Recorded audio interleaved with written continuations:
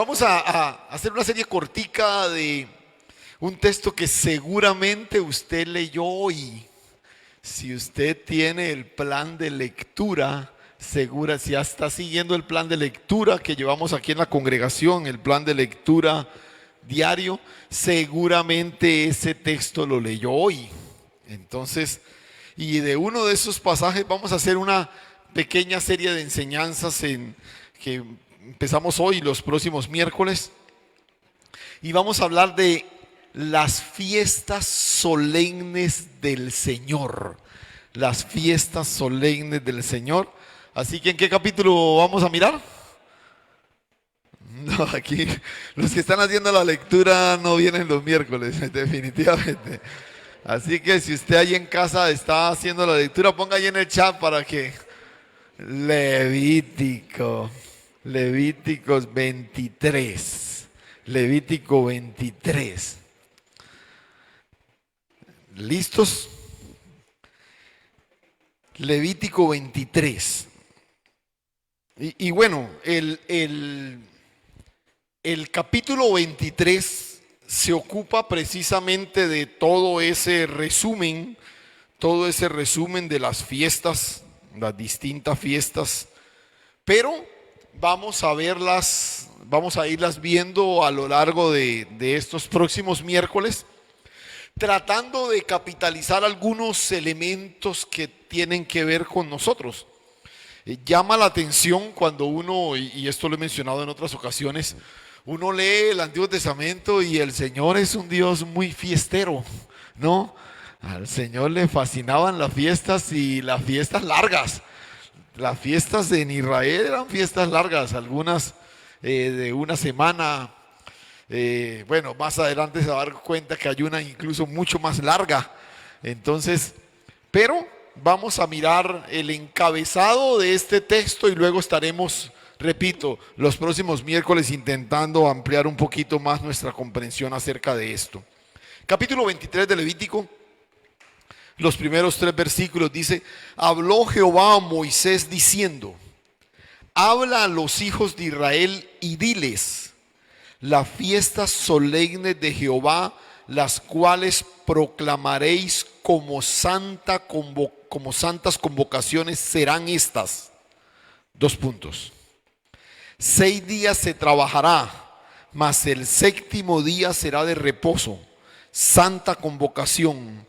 Ningún trabajo haréis, día de reposo es de Jehová en donde quiera que habitéis.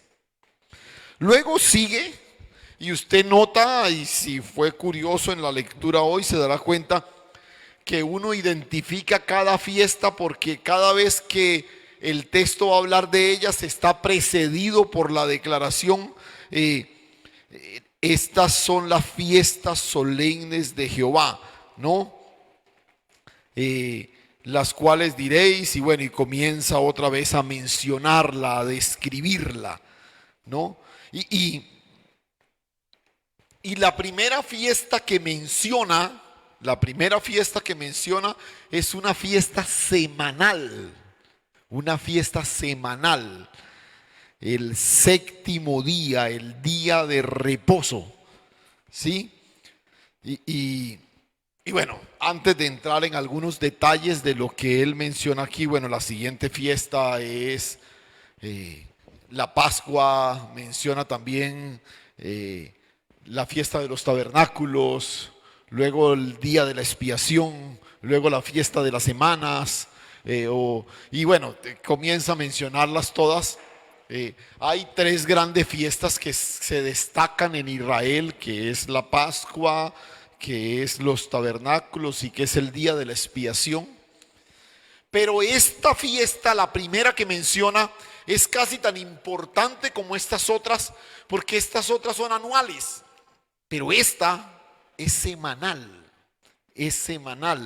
y me llamó poderosamente la atención porque quizás uno nota que en todas las demás fiestas hay un día de reposo, o comienza o termina con un día de reposo, pero cuando el Señor decide enumerar las fiestas, la primera que menciona es precisamente esta, el día de reposo.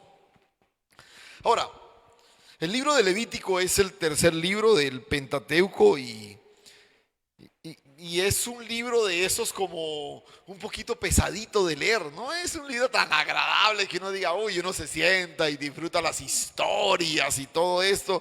No, no, incluso su nombre significa, Levítico significa literalmente acerca de los levitas. Ese es el significado literal de la palabra Levíticos, acerca de los levitas.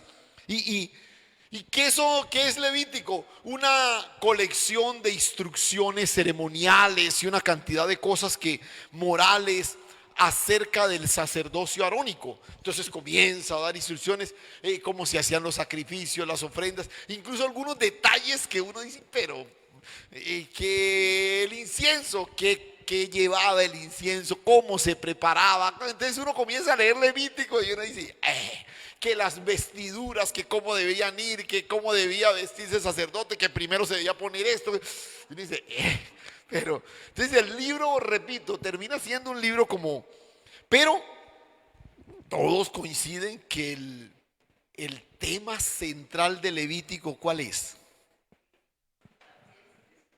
No, la fiesta es lo que vamos a ver. ¿Cuál es el tema central de Levítico? ¿Cómo? La santidad.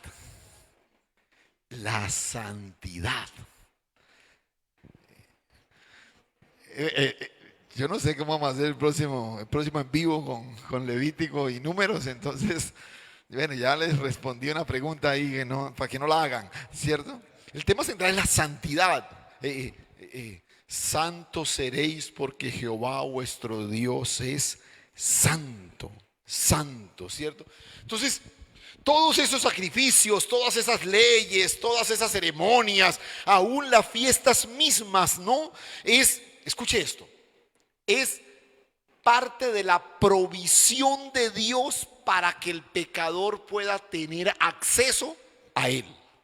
O sea, todo Levítico muestra eso, ¿no? El hombre está destituido, como lo muestra Génesis, ¿cierto? El pecado lo apartó de Dios y como vimos el domingo, se salió de Dios, ¿cierto?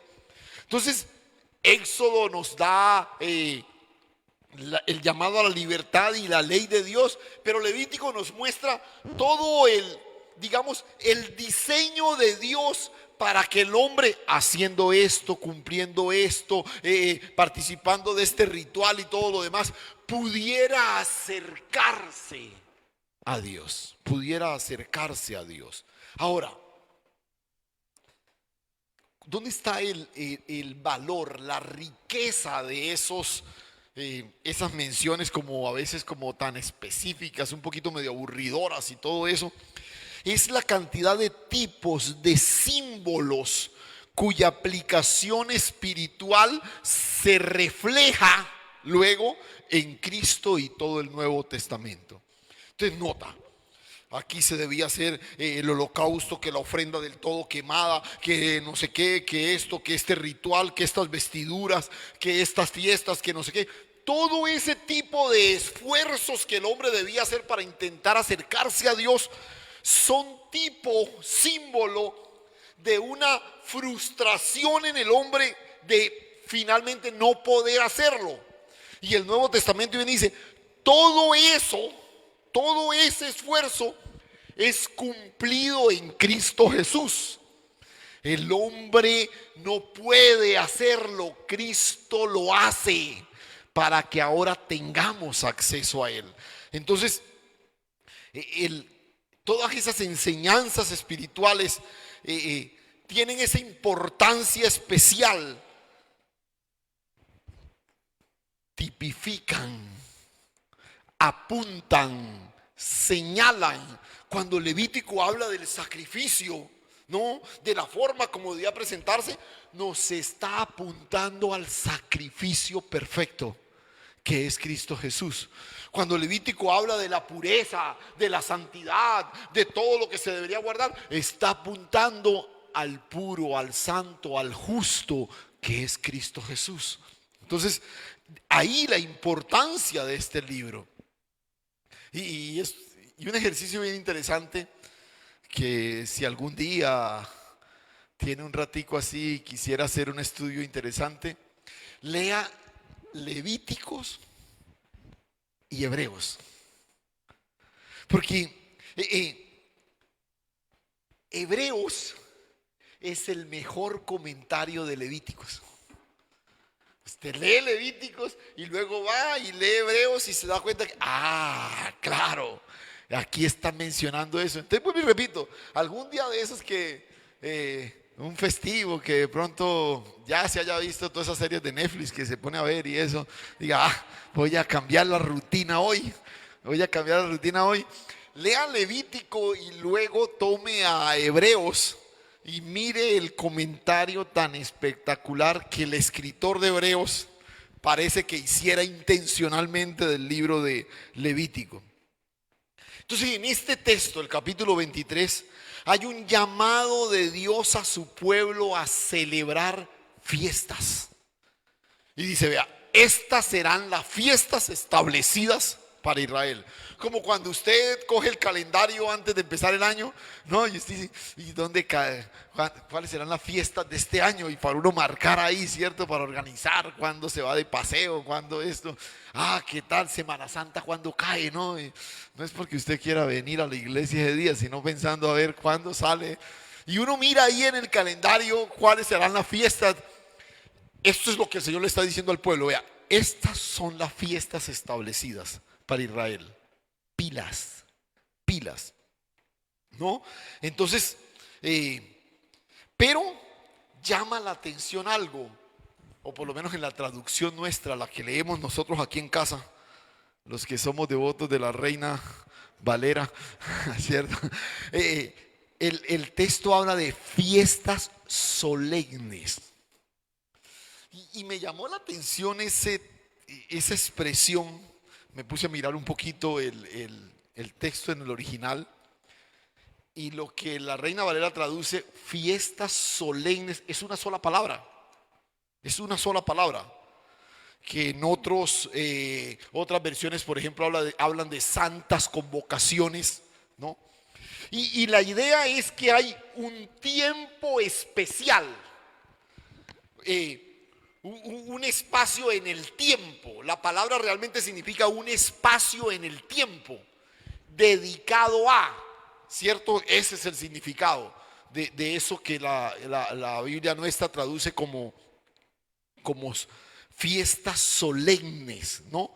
Pero otro detalle que me llamó la atención es que es un espacio en el tiempo apartado, dedicado, pero siempre implica o incluye el sentido de convocación, ¿no? Las fiestas solemnes son convocaciones que Dios hace a su pueblo, ¿no? Celebraciones solemnes, reuniones santas, ¿no? Y hay varias características que encontramos aquí. Entonces, hoy vamos a hacer una visión muy general. Nos concentraremos en la primera que menciona aquí, que es el día de reposo, así en forma muy, muy tangencial. Y luego estaremos entrando en las otras. Ya el próximo miércoles veremos la Pascua, veremos algunas otras, ¿sí? ¿Qué llama poderosamente la atención? Miren el texto, por favor. Miren el texto. Otra vez. Habla a los hijos de Israel y diles: las fiestas solemnes de Jehová, las cuales proclamaréis como santa convocación, serán estas. ¿Qué es lo primero que usted nota? Ahí en ese texto que acabamos de leer. ¿Qué es lo primero que usted nota? Ahí está. Diciendo, habla a los hijos de Israel y diles: las solemnidades de Jehová. Es que esta reina actualizada, pero está bien, no importa. Las solemnidades de Jehová, las cuales proclamaréis santas convocaciones. ¿A qué estás? Quítame esa versión. No sé, algún gallego, no sé qué idioma será ese. Deberías decir aquellas, ¿no? Pero note, miremos ahí la nuestra. Se lo voy a leer otra vez y quiero que lo note. habla a los hijos, bueno, usted en casa que tiene ahí su Biblia, mírela por favor, habla a los hijos de Israel y diles, las fiestas solemnes de Jehová, las cuales proclamaréis como santas convocaciones, serán estas. ¿Qué es la primera cosa que nota?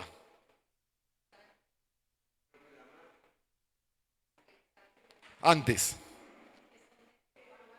¿Cómo? Eso, note. Primer detalle. Las fiestas solemnes de Jehová.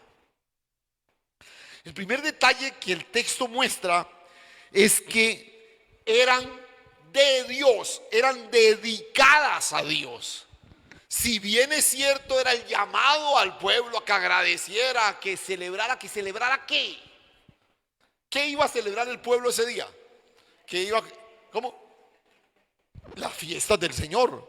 O sea, iba a celebrar a Dios. Iba a celebrar el favor de Dios, la gratitud a Dios. Y vamos a ver más, usted va a notar más adelante. Bueno, lo vamos a ver en esta primera. Pero el primer detalle es que, escuche, si bien es cierto, este es un llamado que Dios le hace a Israel. Israel viene a fiesta. La fiesta es de Jehová, del Señor. Como cuando usted es invitado a una fiesta. Usted va a la fiesta, pero usted sabe que la fiesta es del anfitrión, ¿cierto? La fiesta de. A mí me llama mucho la atención porque cuando estoy, por ejemplo, acompañando a una pareja que se va a casar, entonces, pastor, ¿y cómo hacemos? ¿Cómo hacemos la ceremonia y no sé qué? Y yo les digo, no, es la fiesta de ustedes. ¿Cómo la quieren hacer? Díganme, yo estoy para acompañarlos. Yo estoy para ministrar la palabra en esa celebración, pero de ustedes, es la fiesta de ustedes, es el matrimonio de ustedes. Es más o menos en ese sentido lo que ocurre aquí. El Señor dice, la fiesta solemne de Jehová, es la fiesta mía, dice el Señor. Entonces, el primer detalle es que eran dedicadas a Dios, eran del Señor, ¿cierto? Y en esa misma línea, como para agregar, no sé si pone otra o sencillamente agrega esta misma, Él es quien las convoca y las establece. ¿Sí? La fiesta es del Señor, Él las convoca y Él las establece, ¿no? Habla a los hijos de Israel y dile, las fiestas solemnes de Jehová, las cuales proclamaréis como santa convocación, las cuales proclamaréis como santa convocación. Las fiestas son un llamado a apreciar, escuche esto, el panorama completo del propósito eterno de Dios. Voy a repetir eso. Las fiestas son un llamado a apreciar el panorama completo del propósito eterno de Dios. Y lógicamente usted no va a entender la totalidad de esta expresión hasta que no las veamos todas, ¿no? Hasta que no las veamos todas. Pero la idea es esa, apreciar, aunque en esta primera usted va a notar esta expresión. Se la voy a repetir otra vez. Es un llamado a apreciar el panorama completo del eterno propósito de Dios. Cada vez que Dios llama al pueblo y lo invita a celebrar, es como que mira hacia atrás todo lo que he hecho. Mira todo lo que ha sido mi actuar a lo largo de la historia en el cumplimiento del propósito. Otro detalle general de las fiestas es que era un llamado a recordar y a cultivar gratitud. Esta sería que una tercera, ¿cierto? Un llamado a recordar y cultivar gratitud. Entonces, por ejemplo, en otra de las fiestas le dice, ustedes van a recordar esto porque ustedes fueron esto antes.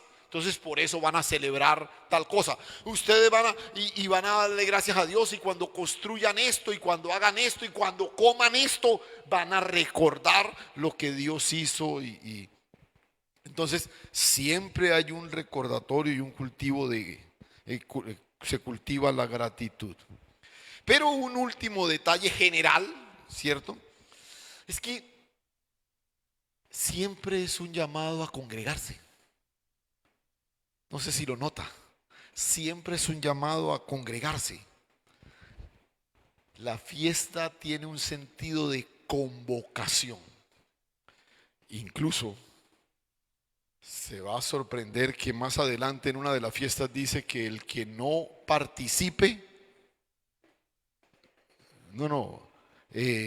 está bajo pena de muerte. O sea, aún allí, lo va a ver más adelante. O sea, el asunto no era... A ver, las fiestas en Israel no eran opcional. No eran opcional. Eran establecidas por Dios como un llamado a participar en gratitud y memoria de apreciar el propósito eterno de Dios. Entonces, estos son detalles bien llamativos de este sentido de fiestas. Ahora, antes de ya entrar en los minutos finales, concentrarnos en la que vamos a tocar hoy, les hago una pregunta. ¿Por qué? Olvídese un momentico, yo debía haber hecho esta pregunta al principio, ya ahora usted seguramente va a espiritualizar su respuesta. Entonces, ¿por qué hacemos fiestas nosotros?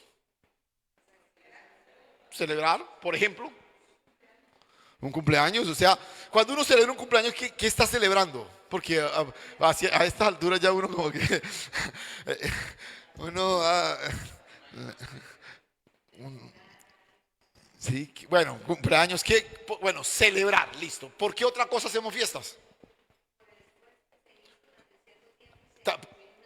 Exacto, por ejemplo, se culminó una etapa, ¿no? Entonces hay la fiesta de grado, las típicas fiestas de grado, ¿cierto? Y recorrió todo este camino y se graduó, y entonces celebramos. ¿Por qué otra cosa hacemos fiestas? ¿Cómo? Por las bodas, por ejemplo, ¿cierto?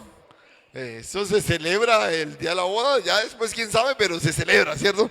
Eh, porque se casan, se unen, comienzan un proyecto juntos. ¿Por qué otra razón hacemos fiesta?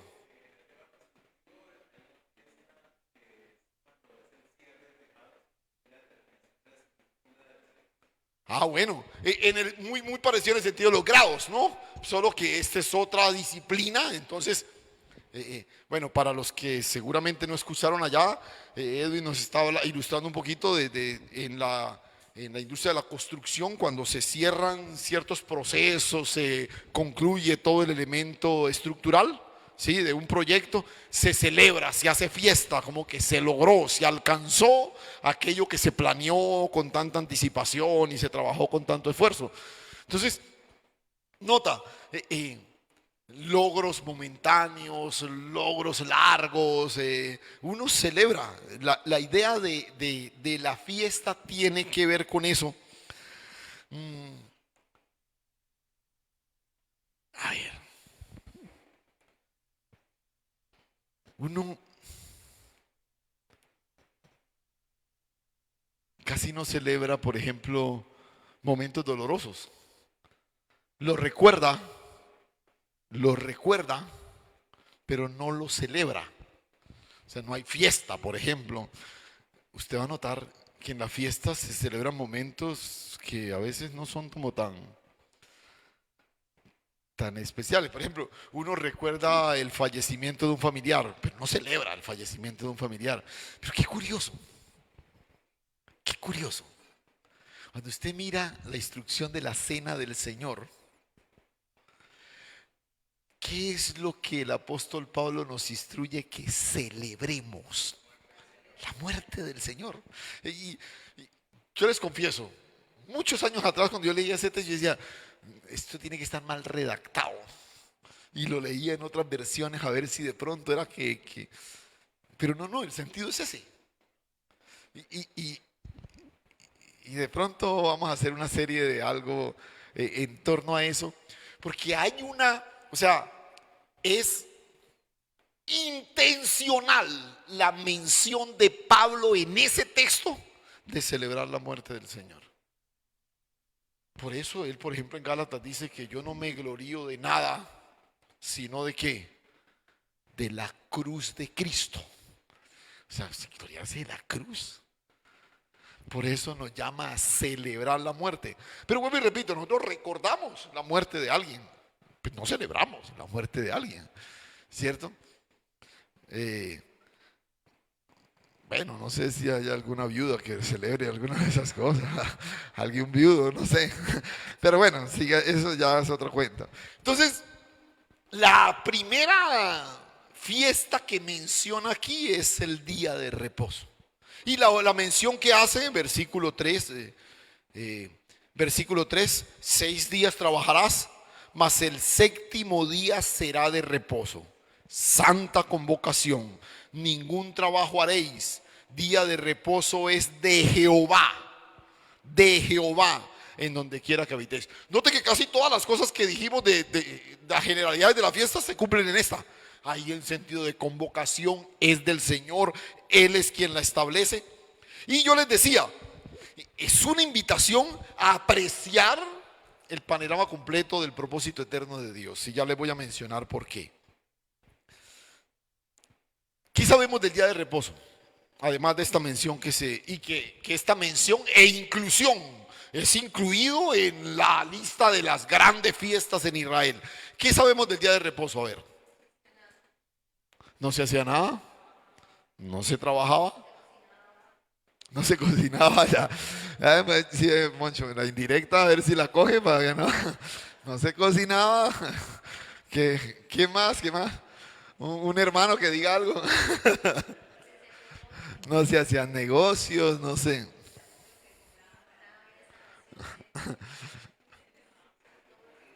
Es muy interesante porque creo que en una ocasión les hablé de esto. Las instrucciones en cuanto al día de reposo son como muy genéricas, pero muy claras. A ver, cuando digo genéricas y claras, estoy tratando de lo que quiero decir con esto es que, por ejemplo, dice, como menciona Susana, no se trabaje, punto. Ya, no, o sea, no hagas nada, no, simplemente es convocación, pero, pero, por ejemplo, cuando Jesús era atacado por hacer cosas el día de reposo, por sanar personas el día de reposo, hizo, trajo a memoria algo que como que yo creo que a todos los sorprendió, porque es de esas cosas que son obvias, pero como que uno no cae en cuenta. Dice, pero venga, es que en el día de reposo los sacerdotes que entran en el templo trabajan y no se les cuenta como pecado. Porque el sacerdote que ofrece su turno en el tabernáculo, en el templo, trabaja ese día.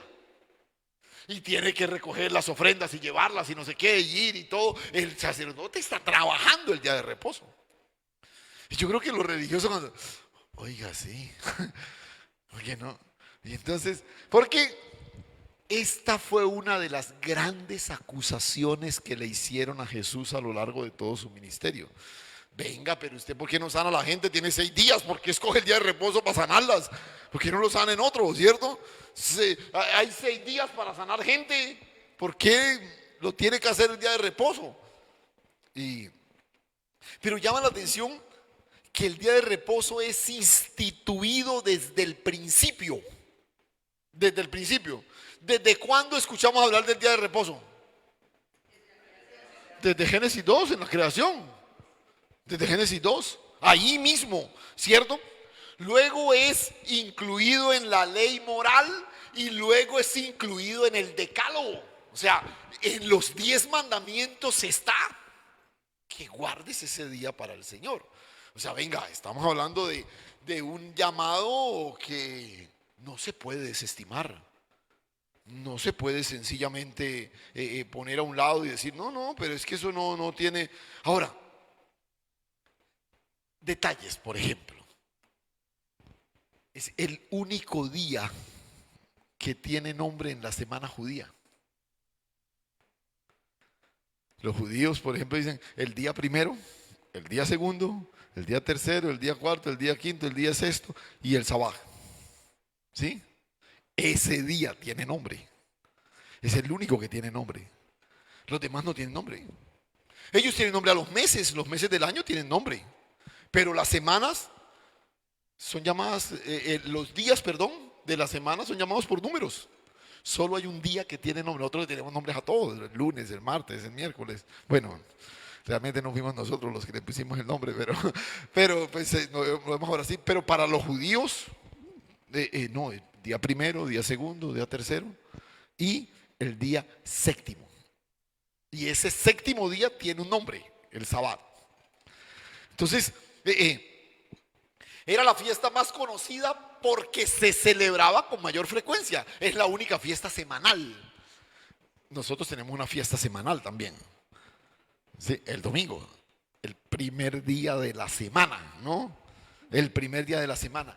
Que desde la perspectiva cristiana es de alguna manera el cambio que se le da a esa idea del sabbat, del séptimo día, ¿no?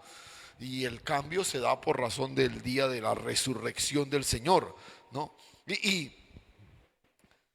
otra vez, les mencioné al principio, la Pascua, los tabernáculos y el día de la expiación son las tres fiestas más importantes, pero sin duda alguna, después de esas, el día de reposo termina siendo la fiesta más llamativa, más representativa. ¿Cómo nace el día de reposo? Y para eso usted mire ahí en Génesis 2. Veámoslo ahí un momentico. Génesis 2, ¿dónde está? Génesis 2. Fueron acabados los cielos y la tierra y todo el ejército de ellos, y acabó Dios en el día séptimo la obra que hizo, y reposó el día séptimo de toda la obra que hizo. Y bendijo Dios al día séptimo y lo santificó, porque en él reposó de toda la obra que había hecho en la creación. Este es, a mi juicio, quizás la descripción más importante que hay acerca de esta celebración en toda la Escritura. Otra vez, note, este fue el día en que Dios acabó. Listo. Acabó y decidió reposar, ¿no? Y bendijo ese día y lo santificó. Y el texto nos dice el por qué. No siempre encontramos textos que nos digan por qué. Dios bendijo a tal, ya lo bendijo y punto, porque quiso. Pero aquí nos dice por qué. ¿Por qué lo bendijo? Porque en él reposó de toda la obra que había hecho en la creación. Escuche. Escuche. El Señor viene, obra en el día primero, en el día segundo, día tercero, día cuarto, día quinto, día sexto, crea al hombre y todo lo demás. Terminó. Y llega el día séptimo. Y voltea hacia atrás y dice, terminé. Ya. Esto era lo que había creado en mi mente. Ya está todo manifestado. Entonces, tratando de graficar lo que el texto dice. Entonces, se para en el día séptimo y dice, qué espectacular estar parado en el escenario de la obra terminada. Lo que recuerdan las fiestas, cuando ustedes mencionan las fiestas, desde la perspectiva de la construcción, wow, terminamos. El grado, después de tantos años, uy, me gradué, por fin, ¿cierto? O sea, qué espectacular estar en el día séptimo. La obra terminada, el Señor está mirando hacia atrás y dice, wow. Y entonces dice, y bendijo ese día. Entonces digo, wow, qué rico, Escuche, escuche, escuche. ¿Usted recuerda con lo que el Señor inaugura la creación? El encabezado general de toda la creación. Lo vimos en el día del en vivo. Fue una pregunta que alguno hizo. ¿Recuerdan? El principio. En el principio creó Dios los cielos y la tierra. Y recuerda que dijimos, ¿qué es el principio? Cristo. Recuerda, el principio no es un momento, ¿sí? Y yo les decía que hay que diferenciar el principio del comienzo, ¿sí? El comienzo es cuando arrancó a manifestarse lo que Dios tenía en su mente a través de la palabra. Pero el principio es Cristo. En el principio creó Dios los cielos y la tierra. O sea, toda la creación fue hecha en el principio. El Señor llega al día séptimo, voltea y dice, terminé. Y bendice ese día. O sea, si ese fue el principio, ¿este qué es? El final. El final. ¿Quién es el principio? Es el alfa. ¿Y quién es el final? Cristo, el omega. ¿Ves? ¿Entiendes ahora la razón de por qué Dios bendice el día de reposo?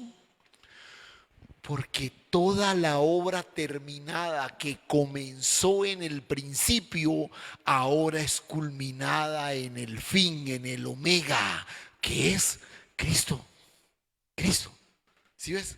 Entonces, por eso te decía, la clave está aquí, en el capítulo 2 de Génesis. Bendijo el séptimo día, lo santificó porque reposó de toda la obra que había hecho. O sea, la obra completa, consumada, terminada, se manifestó el día séptimo. El día séptimo. Y en el orden perfecto de Dios, en el tiempo perfecto de Dios, en el día séptimo la obra estaba concluida. Ahí estábamos. Que recuerde que el hombre es creado en el sexto. O sea, nosotros estábamos ahí, en el día séptimo, en la obra completa de Dios, en la obra terminada. Ahora recuerda lo que vimos el domingo. Y el hombre se sale por razón del pecado, ¿cierto? Y entonces todo el anhelo de volver a establecernos otra vez en el día séptimo, que es ¿quién? Cristo. Ahora, si usted nota, toda la prohibición de no trabajar, de no realizar ningún tipo de trajín ni nada de eso, no es un llamado al ocio, es un llamado a la comunión con el Señor. Que ese día nada te distraiga. Que ese día nada te aparte, nada te desconecte de tener un espacio de comunión con el Señor. Otra vez, no es un llamado al ocio, es el llamado a estrechar, a fortalecer la comunión con el Señor. Es un llamado a veces,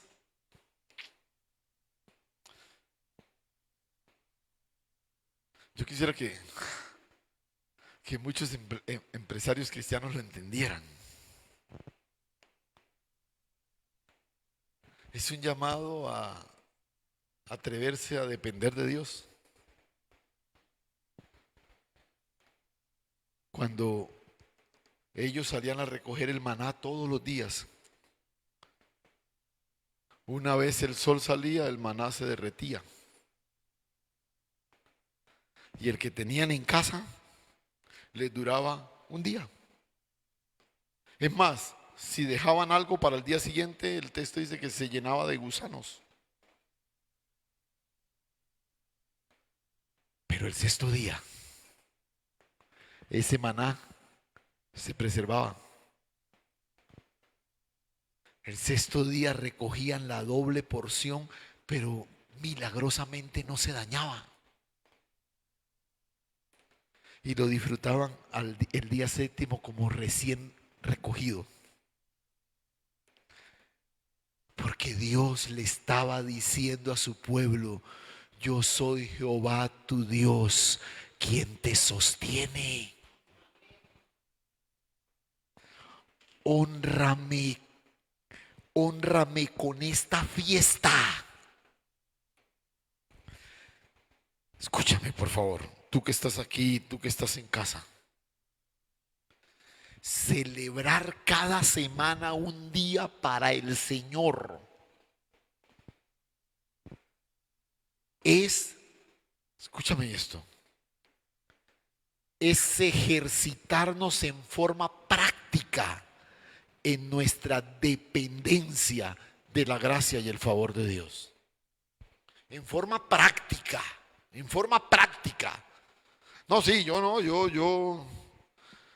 Y hoy con esto de las transmisiones sí que es peor, porque pues dicen, no, pastor, yo no fui pero yo después la oigo, yo después la veo, yo después me pongo al día. No, es que otra vez hay un sentido aquí de que nada, absolutamente nada te distraiga, de concentrarte en reconocer la grandeza de Dios. Esto no es un asunto de religiosidad, esto no es un asunto de organización eclesial, y no, este es un asunto de profundo reconocimiento de la soberanía de Dios.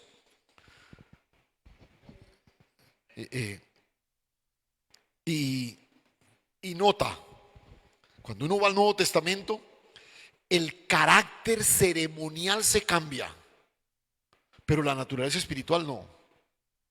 Ya no es el día séptimo, ahora es el día primero. Otra vez, el carácter ceremonial se cambió, pero no el carácter espiritual. Se sigue apartando un día. La iglesia entiende desde la sombra de lo que la ley le muestra que seguimos celebrando semana a semana que estamos en el reposo de Dios.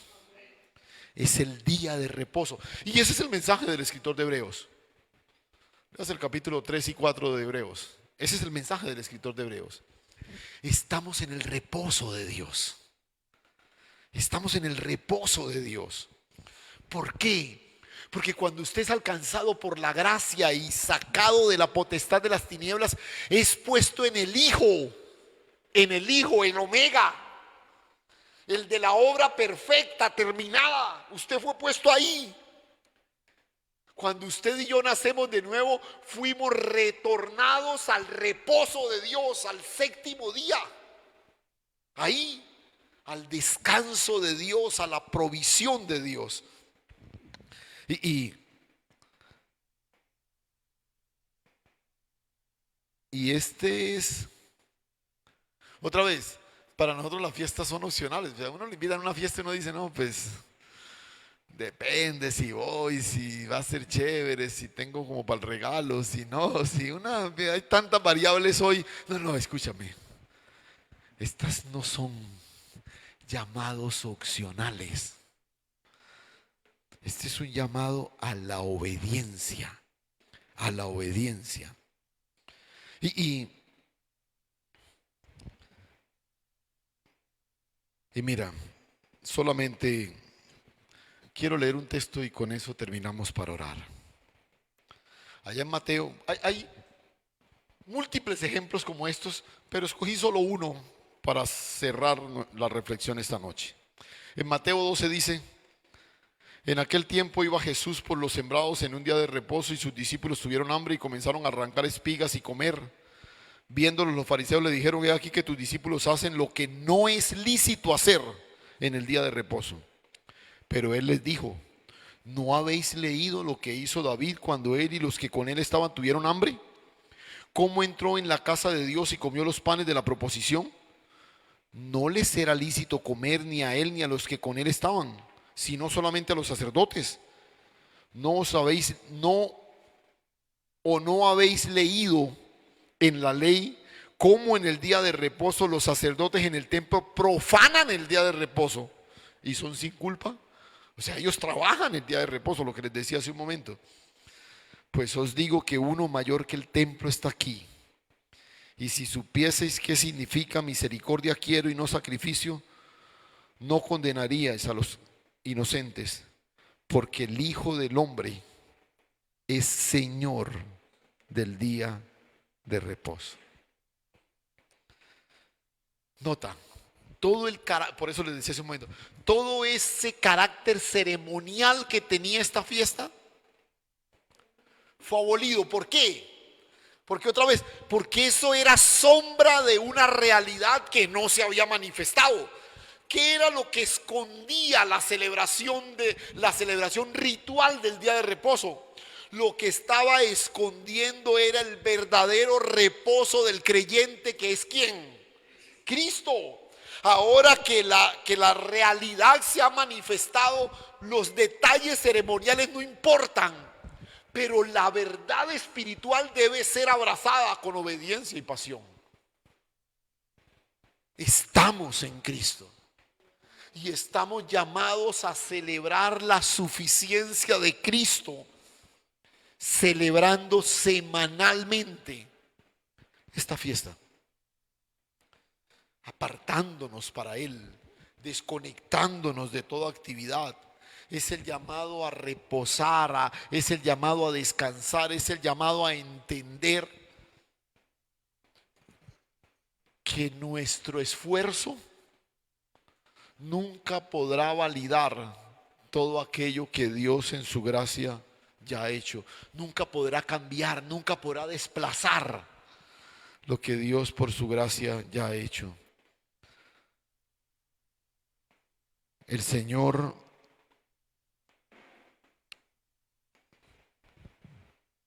es Señor del día de reposo. Pero vuelvo y repito, es una fiesta que yo creo que deberíamos tomar con un poquito más de atención. Hoy cualquier pretexto es válido. Hoy cualquier situación desplaza este llamado fundamental.